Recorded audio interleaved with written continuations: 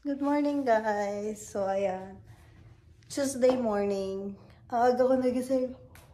3 a.m. So, 3:10 a.m. na dito. Bumangon na ako kasi may kailangan tayong ayusin sa box. So, di ba, as I mentioned before, kailangan ko nang ipadala talaga yung balikbayan box natin para umabot sa April. So, bumangon ako ng maaga para ayusin to. Kasi nandito na yung mga laman niya, guys. Ayan, nakita niyo. So, kailangan ko siyang ayusin. Kasi, mabigat to. Hindi namin kaya ni Papa buhatin. Kawawa naman si Papa kung mag-isa lang siya magbubuhat. So, plano ko, tanggalin lahat. Tanggalin lahat ng laman. Tapos, isa-isahin kong ibalik ulit sa box. May idadagdag pa ako. Ito, wala tong order. Pero isasama ko sa box kasi may space pa. Para pag uwi ko sa Pilipinas, papatabi ko lang to kay mami. Mga ano na lang to, guys, yung mga maliliit na pwedeng ipasalubong. Kasi uwi kami ng June, diba? So, kailangan magbawas ako ng mga sa bagay ko. Iladagdag ko na to sa balikbayan box. Para hindi na... Kasi may mga space pa naman eh. So, ito yung mga pasabay natin. Yung mga may pangalan. Ayan. Tsaka yung mga nasa loob pa. So, kailangan ko to ayusin. Para at least, hindi na namin bubuhatin manually. So, kumuha ko dito ng basket. Kailangan ko silang ilipat. Kasi, mahirap magbuhat. Baka sumakit yung likod namin ni Toto. So, at least, pagdating kasi nito dun sa LBC, guys, may magbubuhat naman nito. Si Kuya, tapos meron silang trolley. Eh, wala kaming trolley ni Toto. Ito, papatry ko to sa mama ko. Tide. Gamitin nila sa bahay. So, ayan. Ang aga-aga, diba? Magbubuhat tayo. Ito yung mga pasabay natin. So, ayan. Isa-isain ko lang to. Nagpadala ako ng candle. Pero nakalagay, don't open. Kasi, pag uwi ko sa June, papabuksan ko to kay mami. For display lang naman to, guys. Para sa bahay, sa townhouse. So, may mga candle din akong pasabay. Ayan, may mga pangalan. So, usually talaga, guys, pag magpapabagahe ako, nilalagyan ko na ng pangalan yung mga pasabay natin. And then, kapag kay mami naman, ayan, nilalagyan ko ng mami para kay mami. Ayan. So, parang hindi na mahirapan si mami kung ano yung order ng mga customer natin. Ito kay mami to. Ayan. Ito. Ayan, sa pinsan ko. Ito freebie to para sa cousin ko. Madalas din siya mag-order eh. Ayan. Tapos ito, yan. Kay mami. Yan. Para hindi na siya mahirapan. Ito pala walang pangalan. Kay mami rin to yung mga sabon. Gagamitin nila sa bahay. Oops. Hindi ko na to nilagyan ng pangalan kasi... Wala namang ibang pagbibigyan nito sa kanila lang. Request ni mami eh. Gusto niya mga shampoo, sabon. So, ayun guys. Nandito ako ngayon sa garahe. Si Conan nasa labas. Hindi na naipasok ni Papa. Kasi sobrang antok na siya kagabi. So, si Pilot lang nandito sa garahe. So, gamit itong basket. Ayan. Tinransfer ko siya dito sa table. Kasi, ilalabas natin si Pilot mamaya. Ipapasok si Conan. Tapos, ilalagay ko sa likod. Ito mga ipapadala natin. Bali yung box, empty yon. Ililipat natin sa compartment ni Conan. Tapos ito, ipapadala ko na rin to guys sa Pinas. Naalala nyo last time, nagpagawa tayo ng canvas. Family picture. Ayan. Ito yung 60th birthday ng mama ko. So, ilalagay ko na rin siya sa box para hindi ko na siya dadalhin sa June pag uwi ko. And then, ilalagay natin to sa townhouse. Yung bahay para sa family ko. Ayan. So, di ba? Parang mga hindi nag-aaway, no? Yung mga kapatid ko. So, idadagdag na natin to para at least less hassle na pag uwi natin sa June. So, ayan. Iniisa-isa ko ng labas yung laman ng box.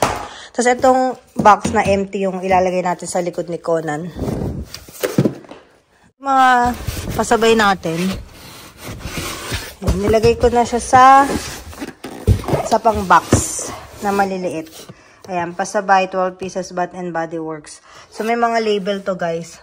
Ayan, 12 pieces. Tapos, itong isa, Victoria's Secret, 19 pieces. Para hindi na mahirapan si Mami. And then, naka-label na rin to. May mga pangalan na yun sa loob. So, ayan. Ganito ako, guys, magpasabay. Para at least organize.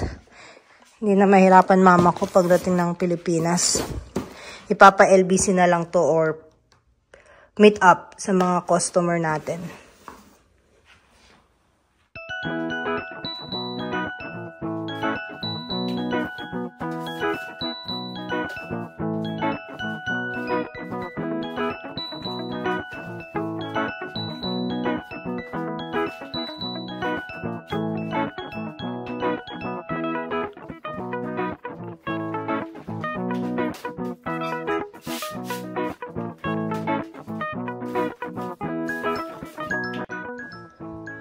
So, ayan guys. Bigat. So, nilagay natin yung mga pabango natin sa smaller boxes para at least organize. So, as you can see here, meron tayong ito 19 pieces, isang box. And then, meron dito 12. Ayan. Ito naman is 12 din. So, yun yung mga pasabay natin sa loob. Naka-packaging na rin yan. Ito 20 pieces. And then, meron pa tayo itong smaller boxes.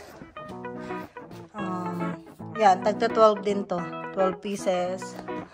Victoria's Secret. Ayan, may mga naka-label na rin yan. Para at least organize yung ating mga items. So, ito yung sinasabi ko guys. Empty na siya. So, mas madali na siyang ayusin sa likod ng compartment ni Conan.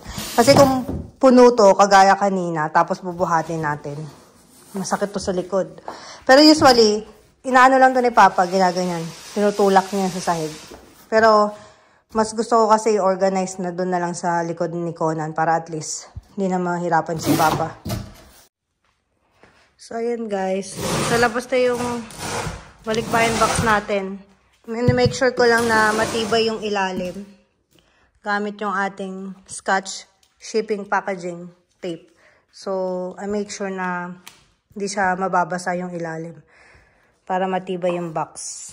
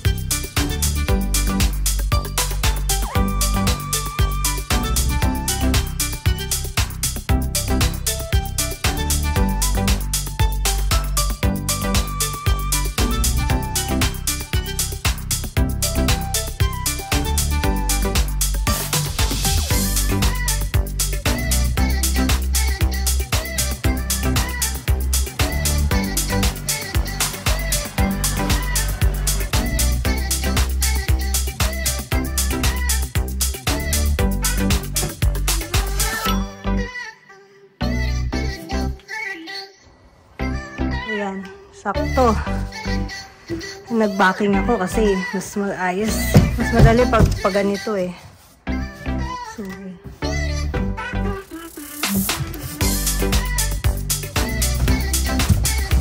tanggalin ko itong ano. Tanggalin natin ito.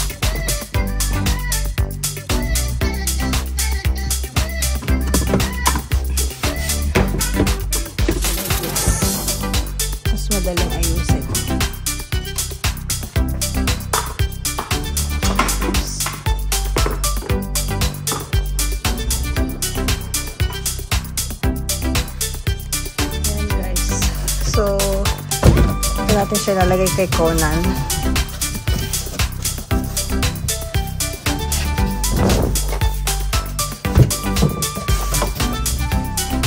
Hindi na mahirapan si Papa magbuhat. So, bigat to guys, puro pabango. So, ayan. Isa-isahin natin tong itong mga to, ayusin natin sa loob ng box. Para pagdating sa LBC, bubuhatin na lang to ni Kuya. Tapos meron naman siyang trolley. So, hindi siya mahihirapan. Wala kasi kaming trolley sa bahay. And then, ipapasok ko muna si Pilot. Dito lang sa gilid ng garahe.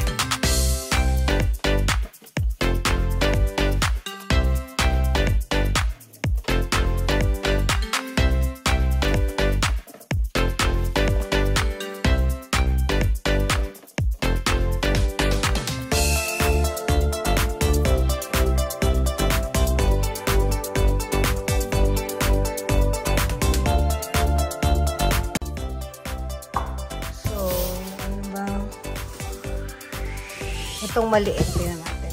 Itong maliliit na pabango. Ay! Nahulog. Hindi naman siguro ito mababasag. Ay! Mababasag, kakahulog ko. So, ayan.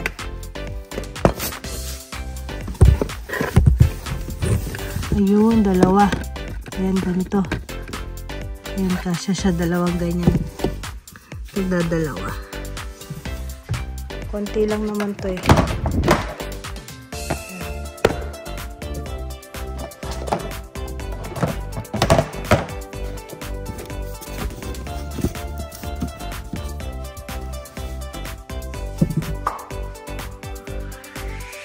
Ayan. Malapit na tayo matapos.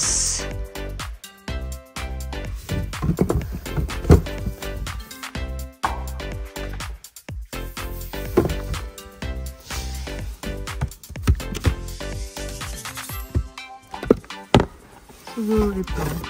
Dito na lang to. Tapos ito. Ito sa baba.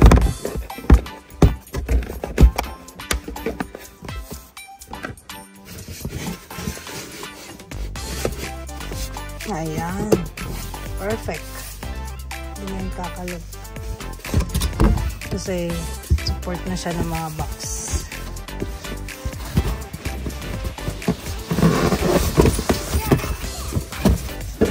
Try natin pa ganito kasi masyadong sikip. Lalong di nagkasya. So, ganito lang.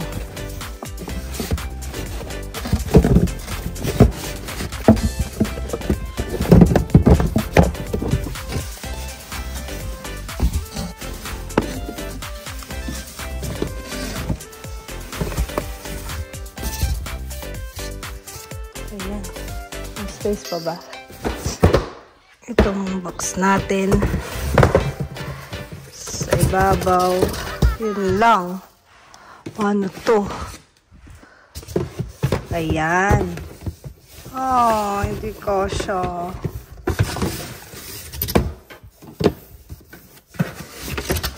Oops. Ba't ganun? Kanina marami pang space. Ay, sa bagay, nagdagdag ako ng pabango eh.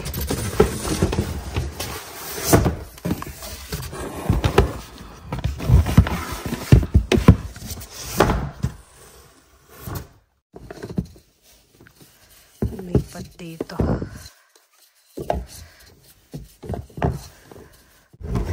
Ito. Babawas tayo. Kasi hindi kasya. Yan. Kasya na.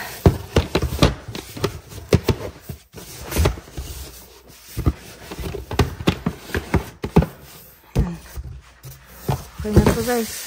Ay, ano lang to medyo sa ibabaw.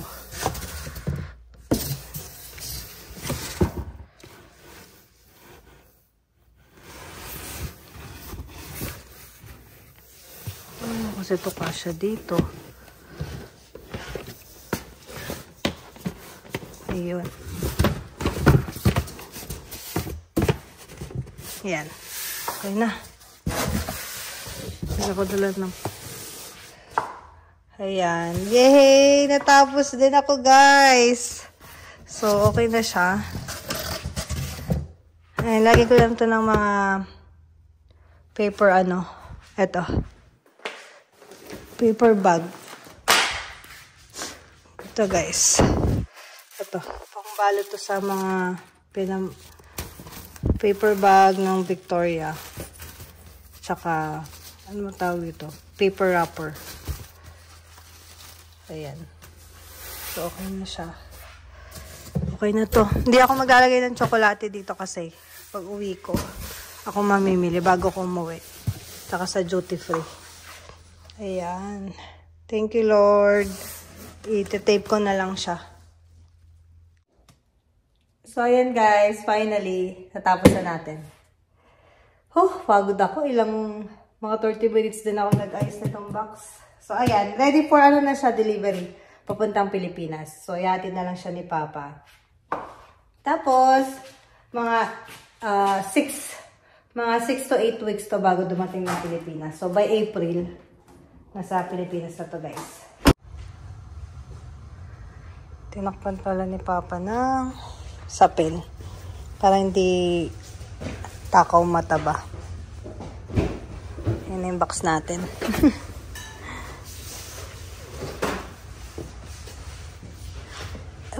Matatagalan ka pala umuwi. Mamaya.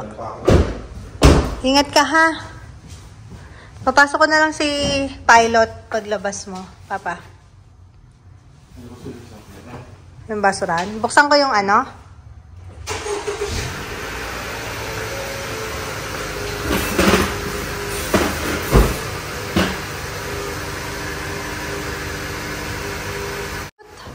Ha? Love you. Ay, ako na dyan sa loob. Yung ano lang, lagayan lang, ilabas mo lang. Ha? Maliwanag na, mahal. Late ka na. Hindi ko na ipasok si Pilot para pag labas namin ni Miggy.